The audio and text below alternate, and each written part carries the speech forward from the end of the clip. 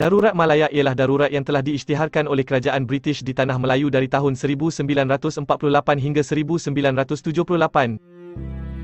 Darurat ini diikuti dengan penarikan hak sivil, bukan semua hak sivil, pemberian kuasa khas kepada polis dan langkah-langkah lain yang bertujuan untuk bersekongkol dalam kegiatan politik berhaluan kiri, khususnya yang melibatkan Parti Komunis Malaya (PKM). Perang gerila adalah sebahagian daripada konflik yang berlaku antara PKM dan parti berhaluan kiri yang lain dengan Kerajaan British bermula dari penyerahan Jepun pada tahun 1945 sehingga perjanjian damai antara PKM dan Kerajaan Malaysia ditandatangani pada Disember 1989.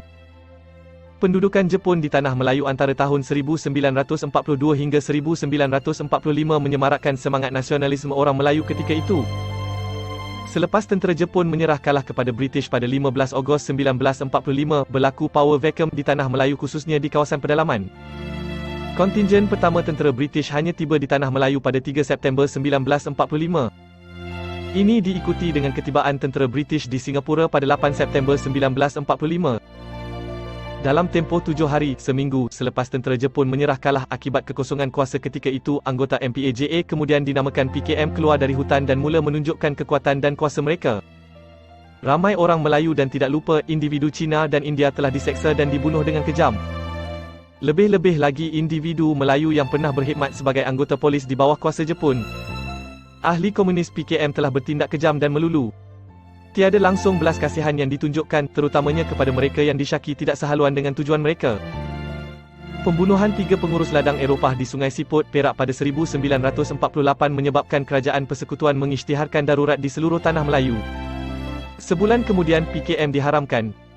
PKM menggunakan strategi bersekongkol dengan Kesatuan Sekerja yang wujud ketika itu selain menubuhkan Liga Belia Baru Demokratik. Usaha untuk melakukan mogok dengan sokongan PKM bagaimanapun gagal dan undang-undang baru telah dibuat oleh British untuk melemahkan PKM. Darurat kemudiannya diisytiharkan di negeri Johor pada 19 Jun 1948. Undang-undang darurat telah diisytiharkan. Ini termasuk parti politik radikal diharamkan. Sesiapa yang disyaki terlibat dengan kegiatan komunis akan ditangkap dan dibuang negeri. Hukuman mati dibuat bagi sesiapa yang disangka berkawan dengan komunis.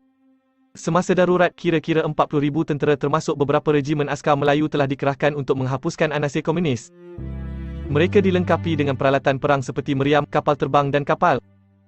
Tentera British juga diperketatkan. Polis British dan anggota cawangan khas SB telah ditambah kepada 70,000. Home Guard juga telah diperkenalkan supaya lebih ramai orang dapat menyumbangkan bantuan mereka dalam memerangi komunisme. Kira-kira 200,000 anggota Home Guard telah berjaya diambil. Bantuan ketenteraan daripada Commonwealth of Nations, British, Australia, New Zealand, Gurkha dan Fiji, polis khas dan perkhidmatan negara juga berjaya diperolehi. Perintah berkurung telah diperkenalkan di kawasan yang dikenal pasti aktif dengan kegiatan pengganas komunis.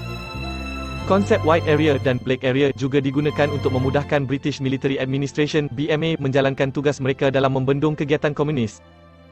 Kawasan putih bermaksud kawasan tersebut telah bebas daripada anasir komunis, begitu juga sebaliknya apabila merujuk kepada kawasan hitam. Negeri Melaka merupakan negeri pertama yang diisytiharkan sebagai kawasan putih di seluruh negeri Tanah Melayu. Sekatan jalan raya dan kawalan kampung telah dibuat oleh Home Guard di kawasan yang disyaki mempunyai pengaruh komunis. Penggunaan kad pengenalan IC juga diperlukan untuk memudahkan proses pengenalan diri.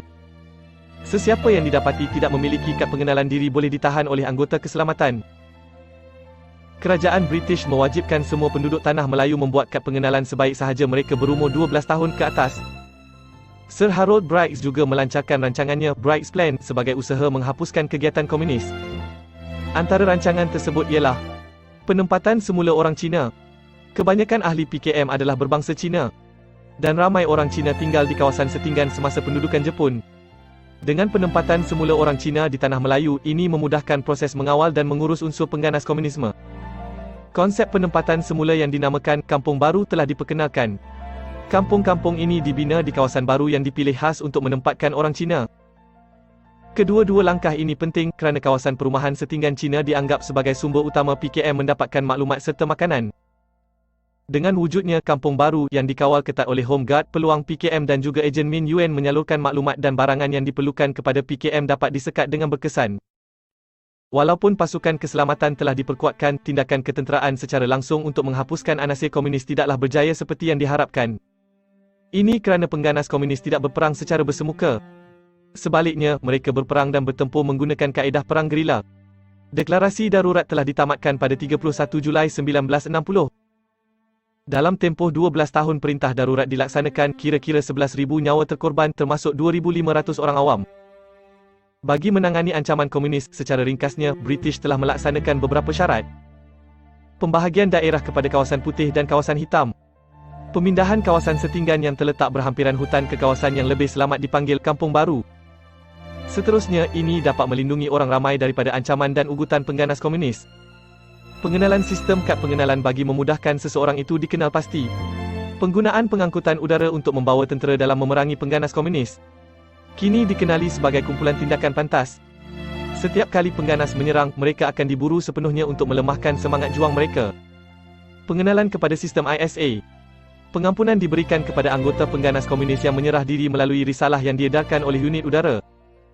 Pengenalan dan pengambilan sukarelawan pengawal kampung bersenjata lengkap. Pembinaan balai polis di kawasan yang dikenal pasti terancam kawasan hitam.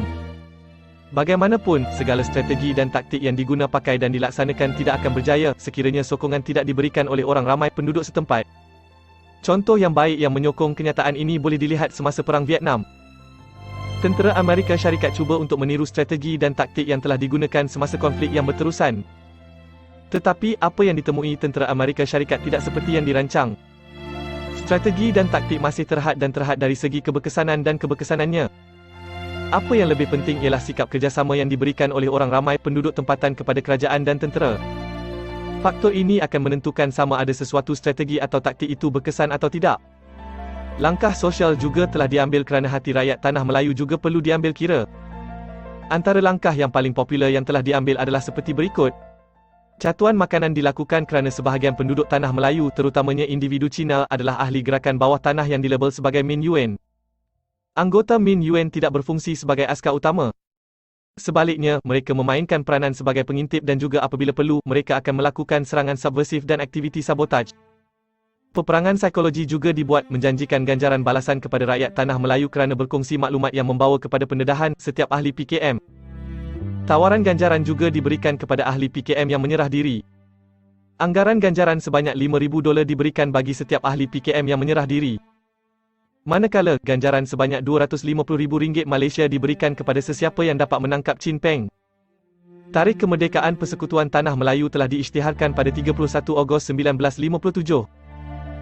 Dengan kemerdekaan Persekutuan Tanah Melayu, usaha-usaha dilakukan untuk menghalang PKM daripada terus bertapak di Tanah Melayu. Ini kerana penentangan PKM pasca merdeka tidak lagi disasarkan kepada pihak penjajah British tetapi disasarkan kepada kerajaan rakyat senegara. Langkah menyatukan kaum juga telah dibuat oleh UMNO iaitu dengan gabungan MCA Tan Cheng Lock, UMNO Tunku Abdul Rahman dan MIC EEC Suriname.